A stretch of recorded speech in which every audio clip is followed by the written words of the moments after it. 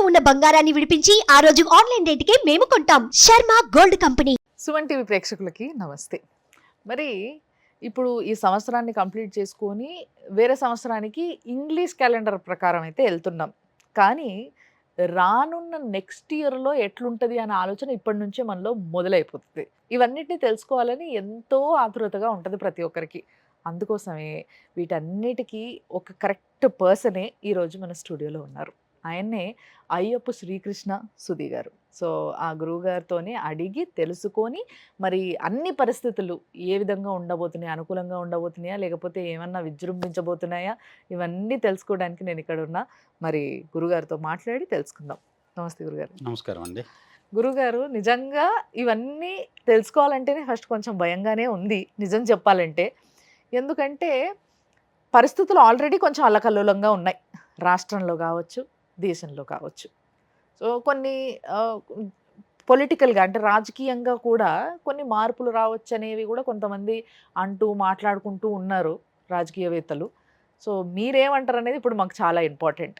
కాబట్టి మొదట నాకు ఒక్కసారి చెప్పండి. ఫస్ట్ మన రాష్ట్రం గురించి మాట్లాడుకుందాం. తర్వాత ఆంధ్రప్రదేశ్, తెలంగాణ ఏంటి పరిస్థితి అంటారు? ఎలా ఉండబోతుందంటారు కొత్త సంవత్సరం? ముందుగా మీకు ప్రేక్షకులకి నూతన సంవత్సర శుభాకాంక్షలు. 2025వ సంవత్సరం థ్యాంక్ యూ అందరికీ గురుగారు. బాగుండాలి, హ్మ్. అందరికీ మంచి జరగాలి, అందరి జీవితంలోనూ పురోభివృద్ధి కావాలి థ్యాంక్ యూ గురుగారు. థ్యాంక్ యూ అని సో మచ్. కోరుకుంటూ, ముఖ్యంగా తెలుగు రాష్ట్రాల యొక్క భవిష్యత్తు 2025 హ్మ్. 2024తో పోలిస్తే చాలా బాగుంటుంది. అమ్మా! ఫస్ట్ కొంచెం రిలీఫ్ దొరికింది నాకు. ఎందుకంటే 2024 హ్మ్. 2, 2, 4, 8 హ్మ్. శని సంఖ్య. హ్మ్. ఇది 2025 2, 2, 5, 9 కుజ సంఖ్య. హ్మ్. తర్వాత 2, 2 చంద్రుడి సంఖ్యలు, 5 వచ్చేసేసేమో మీకు బుధుడి సంఖ్య. హ్మ్. వ్యాపారపరమైన వృద్ధి ఎక్కువ కనపడేటువంటి సంవత్సరం. హ్మ్. వ్యాపారంగాను ప్రతిదానికి ఒక రకమైన విలువ ప్రాధాన్యతగా, విలువ ఆధారితమైనటువంటి వృద్ధి కనపడుతుంది. హుహు. ఇప్పుడు గత సంవత్సరం రేట్లు పెరిగినాయి, హ్మ్. కానీ నిత్యావసరాల మీద విపరీతంగా పెరిగినాయి. అవును. రూపాయిది రూ. 2 అయింది, రూ. 3 అయింది కొన్ని చోట్ల. అలా ఏంటంటే అంతకుముందు మనం కావాల్సిన ఆహార పదార్థాలు కొనుక్కోవడానికి కూడా చాలా విపరీతమైన పెరుగుదల చూసాం. హ్మ్. కానీ 2025 అలా కాకుండా విలువైన వాటికి తగిన ప్రాధాన్యత, హుహు. నిత్యావసర వస్తువులు అందుబాటులోకి వస్తాయి. హుహు. అలానే తెలుగు రాష్ట్రాలకి, ముఖ్యంగా తెలంగాణ గురించి మాట్లాడితే, హ్మ్. తెలంగాణ భవిష్యత్తు పరంగా చూసుకున్నట్లయితే స్తబ్దత వాతావరణం నుంచి మళ్ళీ పురోగమనం ప్రారంభమవుతుంది. ఏ రంగమైనా కావచ్చు. హ్మ్. అది ఫార్మా కావచ్చు, రియల్ ఎస్టేట్ కావచ్చు, హ్మ్. లేదంటే వచ్చేసేసి గత సంవత్సరం వ్యక్తులు కాదు కారణం. హ్మ్. 8 సంఖ్య శనికి సంఖ్య. ఓహ్! శని మందగతిని సూచిస్తాడు. ఓకే. అందువల్ల రియల్ ఎస్టేట్ ముఖ్యంగా మాట్లాడుకుంటే హైదరాబాద్ చుట్టుపక్కల ప్రాంతం మొత్తం కూడా ఒక రకమైన స్తబ్దమైన వాతావరణం ఏర్పడింది. పెరుగుదల లేదు. హ్మ్. అందులో కట్టినటువంటి చాలా భవన సముదాయాలు కూడా హ్మ్. సరైనటువంటి రేట్లు లేకో, లేకుంటే వ్యాపారపరమైనటువంటి కదలికలు లేక హ్మ్. అది ఆగిపోయినటువంటి పరిస్థితి, లేదంటే అమ్ముడు పోకుండా ఉన్నటువంటి పరిస్థితి. హ్మ్. దాంట్లో ఖచ్చితంగా మార్పు వస్తుంది. ఇది ఓకే. 2025 ఇచ్చేటువంటి అంటే కొంత బెటర్‌గా ఉంటాయంటారు చాలా రేట్లు. బాగుంటుంది. ఓకే. అంటే ఒకటండి, ఎవరి దగ్గరైనా సరే డబ్బులు ఏదో రూపంలో వస్తూ పోతూ ఉంటేనే మనకి మార్కెట్ అనేది కదలికలు అవును. ఉంటాయి. కరెక్ట్. తర్వాత మీరు స్పెక్యులేషన్గా ఉండేటువంటి మార్కెట్లు కూడా చాలా వరకు ఇబ్బందులకు గురైనాయి. హ్మ్. ఒక్కసారిగా విపరీతంగా రేట్లు పెరగడం, హ్మ్. బంగారం కానివ్వండి, హ్మ్. లేదంటే వచ్చేసే స్పెక్యులేషన్ కూడా హ్మ్. అప్ అండ్ డౌన్స్ ఎక్కువ చూశారు. అవును. రకరకాల కారణాలు. ఇక్కడ ప్రభుత్వాలు కూడా ఇప్పుడు కేంద్రంలో అధికారంలోకి వచ్చిన ప్రభుత్వం, గత ప్రభుత్వం వచ్చినప్పుడు కూడా సుస్థిరంగాను అంతకుముందు ఉన్నటువంటి మెజారిటీ లేదు. హ్మ్. రాష్ట్రంలో ఉన్నటువంటి వ్యక్తులకు కూడా ఒక రకమైనటువంటి చేద్దామన్నా చేయలేనటువంటి పరిస్థితిగా ఉందని చెప్పొచ్చు. హ్మ్. దాంట్లో కొన్ని మార్పులు, హుహు.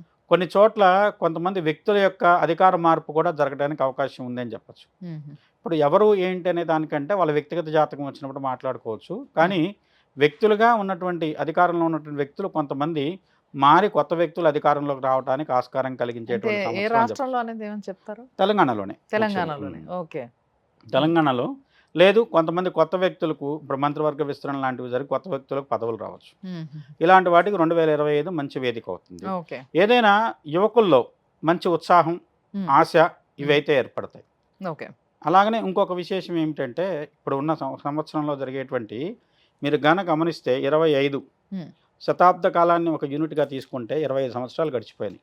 అంటే హ్మ్. ఒక పావు వంతు గడిచిపోయింది. హ్మ్. అంటే కాలం అనే కన్యకు 25 సంవత్సరాలు ప్రౌఢత్వం వచ్చింది కాబట్టి ఆ ప్రౌఢత్వంలో ఉన్నటువంటి స్త్రీ ఏదైతే ఉందో అది కొంత అన్నీ తెలిసినటువంటి వ్యక్తిగా, ఎవరికి ఏం కావాలో అది అందించేటువంటి వ్యక్తిగా ఉండేటువంటి పరిస్థితులు 2025వ సంవత్సరం మనకు అందిస్తున్నది.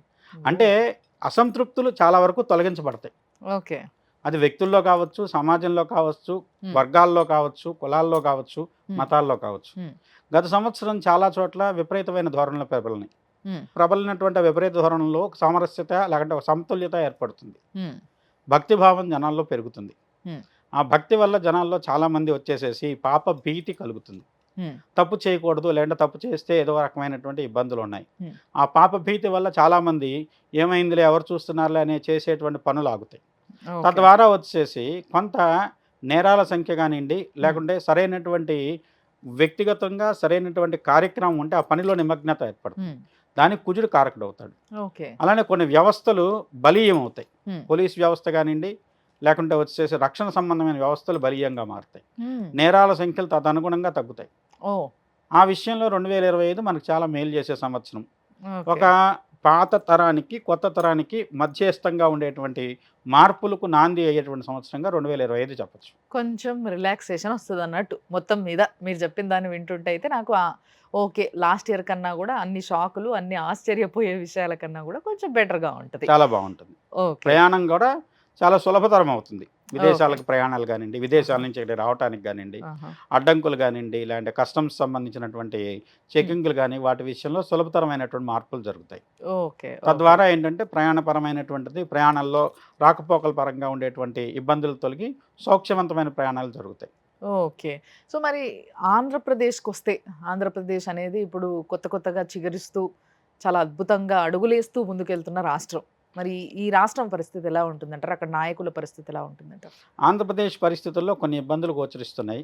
ముఖ్యంగా వచ్చేసేసి అక్కడ అధికారంలో ఉన్న వ్యక్తికి కానివ్వండి, రాష్ట్రానికి కానివ్వండి కొంత ఇబ్బందికరమైన వాతావరణం, అనారోగ్య సూచనలు అధికారంలో ఉన్నటువంటి వ్యక్తులకి, ఎవరో ప్రముఖమైన వ్యక్తికి అలాంటి దానికి ఆస్కారం ఉన్నది ఒకటి. తర్వాత ఆంధ్రప్రదేశ్ని రేవతి నక్షత్రం సూచిస్తుంది.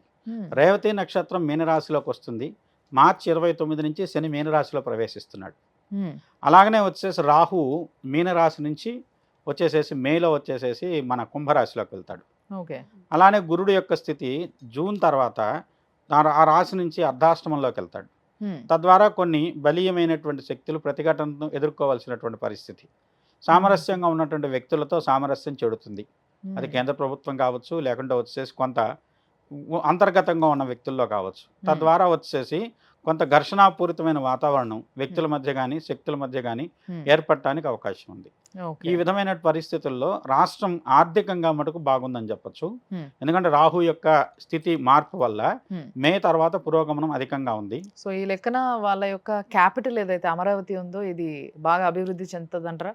అమరావతికి అభివృద్ధి సూచనలు ఉన్నాయి. దాని పరంగా ఏమి ఇబ్బంది ఉండకపోవచ్చు. ఎందుకంటే వ్యయ స్థానంలో ఉన్నటువంటి గ్రహాలు కొంత రాశిలో ప్రవేశించడం, అందులో జలరాశుల్లో శని విశేషమైన ఫలితాలు, విపరీతమైన ఫలితాలు ఇస్తాయి. అంటే శని ఎక్కడైనా ఉంటే అక్కడ చెడు జరగాలి, కానీ ఆ పరిస్థితుల్లో మీకు శని కొంత మేలు చేసేటువంటి అవకాశం ఉంది. వ్యయంలో ఉన్న శని కంటే మనకు అందులో రాహుపీడ కూడా మారి కుంభంలోకి వెళ్ళటం వల్ల కూడా కుంభరాహు కొంత విశేషమైన ఫలితాలు ఇస్తాడు. అంటే కుంభంలో రాహును ఆకస్మికంగా వృద్ధి ఇస్తాడు చాలా జాతకాల్లో చూస్తే. అది దేశీయకాల పరిస్థితుల్లో కూడా వాళ్ళకి కలిసి వచ్చే అంశంగా చెప్పవచ్చు. ఆర్థిక పరమైనటువంటి లావాదేవీలు అధికంగా జరుగుతాయి, ఆర్థిక వృద్ధి ఉంటుంది. కానీ ఆర్థిక వృద్ధి కొంత విశృంఖలతకు లేకుంటే వ్యక్తుల్ని కానీ చట్టాలను కానీ అధిగమించేలా వ్యక్తుల్ని ప్రేరేపించే అవకాశం. ఆ పరంగా అక్కడ కొన్ని విధ్వంసకరమైనటువంటివో లేకుంటే కొంత విశృంఖలతతో కూడుకున్నటువంటి పరిస్థితిలో ఏర్పడి కొంత జన నష్టం కానివ్వండి, ఆస్తి నష్టాలు కానీ సంభవించేటువంటి అవకాశం. ఓకే. సో మామూలుగా జనుల పరిస్థితి ఏంటంటారు మరి ఆంధ్రాలో? ఆర్థికంగా బాగుంటే సగం బాగున్నట్టే లెక్క. ఆరోగ్య పరిస్థితులు కొంత ఎదుర్కోవాల్సిన పరిస్థితి ఉంది. ప్రకృతి నుంచి కొన్ని ఇబ్బందులు వస్తాయి. అంటే ప్రకృతి నుంచి వచ్చేటువంటి నేచురల్ కెలామిటీస్, తుఫాన్లు లాంటివి. అయితే మార్చిలో కూడా 2 గ్రహణాలు ఉన్నాయి. రాబోయే 2025 మార్చిలో 14/1, 29/1 ఈ 2 గ్రహణాలు మనకు కొంత ఇబ్బందిని కలిగించేటువంటి అవకాశం ఉంది. మీనరాశిలో సూర్యగ్రహణం, అది కొంత ఇబ్బంది ఇచ్చేటువంటి అవకాశం. తదనుగుణంగా సూర్యుడు మీనరాశిలో ఉన్నప్పుడు మీనరాశి వచ్చేసి కొంత ఆంధ్రప్రదేశ్ని సూచిస్తుంది కాబట్టి రేవతి నక్షత్రం, తద్వారా వచ్చేసి ఆ రాష్ట్రానికి సంబంధించినటువంటి స్థితుల్లో కొంత ఆకస్మికమైనటువంటి వరదలు కానివ్వండి, Hmm. తుఫాన్లు కానివ్వండి, తద్వారా జన నష్టం కానివ్వండి, ఆస్తి నష్టం కానివ్వండి, ఇవి జరగడానికి ఆస్కారం కలిగించేటువంటి పరిస్థితులు ఉన్నాయని చెప్పొచ్చు. ఒక విధంగా చెప్పాలంటే కొంచెం ముందుగానే ఇలాంటివన్నిటిని అబ్జర్వ్ చేసుకుంటూ జాగ్రత్త ఉంటే బెటర్. సముద్రం కొంత ఇబ్బంది పెట్టే అవకాశం ఉంది.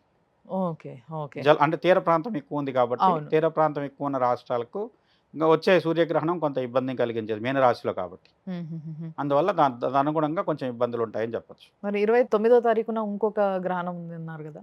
అది చంద్రగ్రహణం. 29 వచ్చేసేసి 29 సూర్యగ్రహణం అండి. ఓకే. మరి మార్చి 29, 14 చంద్రగ్రహణం. ఆహాహా!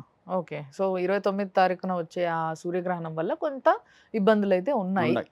కాబట్టి దీన్ని కొంచెం బ్రెయిన్‌లో పెట్టుకొని మనం కొంచెం జాగ్రత్తగా ఉంటే బెటర్. ముఖ్యంగా తీర ప్రాంతంలో ఉండేవాళ్ళు. వాళ్ళకి ముందుగానే ఒక చిన్న అలర్ట్ అన్నట్టు ఇది.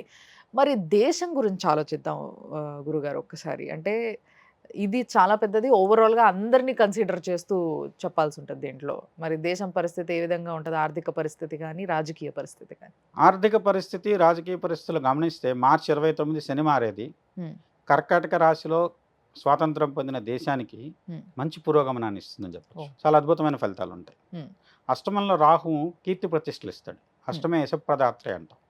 దేశగోచారంలో మీకు కర్కటక రాశి నుంచి చూసుకున్నట్లయితే మార్చిలో శని మారి మేలో మళ్ళీ కుజుడు వచ్చేసి కుంభంలోకి వస్తున్నాడు.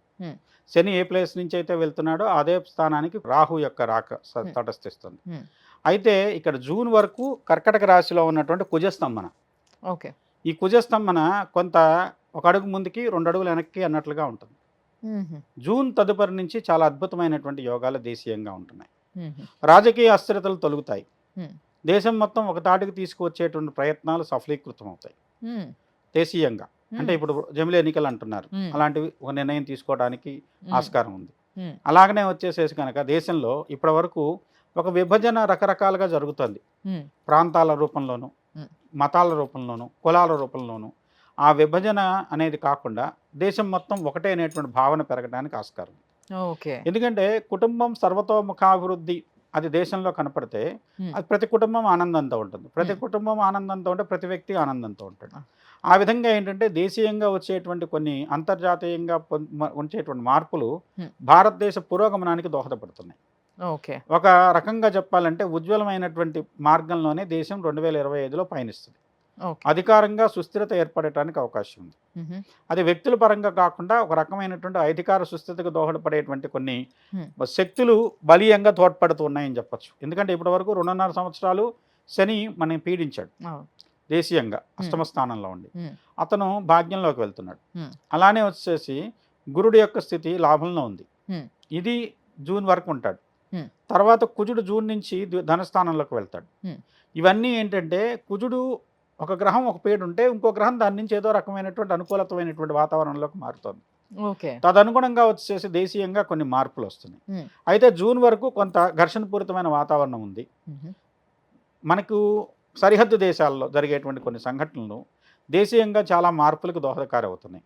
అంటే మనకు ఫేవర్ గానే ఉంటాయి, మనకు అనుకూలంగానే ఉన్నాయి. కానీ మనం కూడా కొంత దాంతో పాటు కొంత బాధపడి దాన్ని మనం చేతిలోకి తీసుకొని తదనుగుణంగా చర్యలు గైకుంటేనే ఆ చర్యల వల్ల వచ్చే ఫలితాలు వాళ్ళకు భయం కలిగిస్తాయి, మనకు నమ్మకం కలిగిస్తాయి. ఓకే. ఓకే. సో ఈ లెక్కన ఈ సంవత్సరం ఏదైనా అంటే ఎప్పటికీ గుర్తుండిపోయేలా జరగబోయేది ఏదైనా ఉందంటారా? ప్రపంచ దేశాల్లో వచ్చేటువంటి మార్పులు భారతదేశాన్ని ఒక ప్రముఖ శక్తిగా నిలబెడతాయి. ప్రపంచ దేశాల్లో ముఖ్యంగా ఏంటంటే ఇప్పుడు ప్రపంచాన్ని శాసిస్తున్న 2 శక్తులండి, రష్యా ఒకటి, అమెరికా ఒకటి. ఇవాళకి కూడా రష్యా అనేది కొంత బలీయంగానే ఉన్న పరిస్థితి, అణ్వాయుధాల పరంగా కానివ్వండి అది కానీ. ఈ 2 దేశాలకు సంబంధించినటువంటి ఒకళ్ళ వ్యక్తికి తీవ్రమైనటువంటి గండం ఉంది. ఇది నేను చెప్పే మాట కూడా కాదు, ప్రఖ్యాతి పొందినటువంటి యూరోపియన్ ఆస్ట్రాలజర్స్ కూడా చెప్పారు. ద బిగ్గెస్ట్ ఓక్ tree of the Eurasia should be fallen అన్నాడు. అంటే మీకు యూరోప్లో ఉన్నటువంటి ఫ్రాన్స్లో ఉన్నటువంటి ఈఫిల్ టవర్ను చూస్తే ఓక్ ట్రీ లాగానే ఉంటుంది. అది మేబీ జరిగేటువంటి ఘర్షణపూరితమైన వాతావరణంలో కూలవచ్చు. అది దేశాల మధ్య యుద్ధానికి రాబోయే గ్రహణాలు కారణమవుతున్నాయి.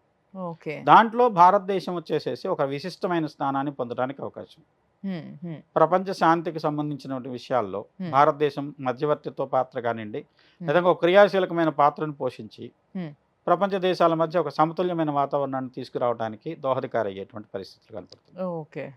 తద్వారా దేశం ఒక ప్రముఖ స్థానాన్ని, ఎందుకంటే ఇక్కడ రాజకీయ నాయకులు కానీ లేకుంటే వచ్చేసి అధికారంలో ఉన్న వ్యక్తులు కానీ ఆలోచించాల్సింది ఇంట గెలిచి రచ్చగలవాలి. ఉమ్. ఇంట్లో వాతావరణాన్ని సరిదిద్దుకోలేని పరిస్థితుల్లో గత సంవత్సరం మొత్తం గడిచింది. అవును. కారణాలు ఏవైనా కావచ్చు. ఉమ్. కానీ బయట వాతావరణం భారతదేశానికి ప్రాధాన్యత పెరిగింది కానివ్వండి, Hmm. అంతర్గతంగా ఉన్నటువంటి పరిస్థితులను సరిదిద్దుకున్నట్లయితే 2 చోట్ల ఇంటా బయట విజయం సాధించేటువంటి అవకాశాలు ఉన్నాయి. ఓ. దానికి ప్రభుత్వం కొంత చర్యలు గొయ్యుకునేటువంటి పరిస్థితులు కనపడుతున్నాయి. ఎందుకంటే కుజుడు చాలా క్రియాశీలకమైన పాత్రను పోషిస్తాడు. ఉమ్. ఆ కుజుడు కుజస్తంభంలో ఉన్నాడు. అది చతుర్థ స్థానం. Hmm. చతుర్థ స్థానం మామూలుగా ఏం చెప్తామంటే వృద్ధిని, లేదంటే వచ్చేసి పాతాళ స్థానం, రహస్యమైనటువంటి చర్యలు. ఉమ్. ఆ రహస్య చర్యల ద్వారా దేశీయమైనటువంటి అంతర్గతమైనటువంటి వ్యవస్థ బలీయమైన వ్యవస్థగా మారుతోంది. ఉమ్. తద్వారా అంతర్గతంగా దేశంలో ఉండేటువంటి వ్యవస్థలో మార్పులు కానివ్వండి, ఉమ్. అలా విధంగా వచ్చి సుస్థిరమైనటువంటి పరిపాలనపరమైనటువంటి మార్పులు కానివ్వండి, ఉమ్. వచ్చి దేశాన్ని అంతర్జాతీయంగా మంచి స్థితిలో నిలబెట్టడానికి అవకాశం ఉంది. ఓ. ఓకే. మొత్తం మీద మీరు చెప్తుంటే అన్ని పాయింట్స్ కనెక్ట్ చేసుకుంటుంటే కొన్ని విషయాలు చాలా స్పష్టంగా అర్థమవుతున్నాయి. మీ అందరికి కూడా అర్థం అయ్యాయని అనుకుంటున్నాం. ఇటు 2 రాష్ట్రాల పరిస్థితి, అంతేకాకుండా మన దేశం యొక్క పరిస్థితిని చాలా వివరంగా తెలిపారు గురుగారు. చాలా ధన్యవాదాలు గురుగారు. నమస్కారం అండి.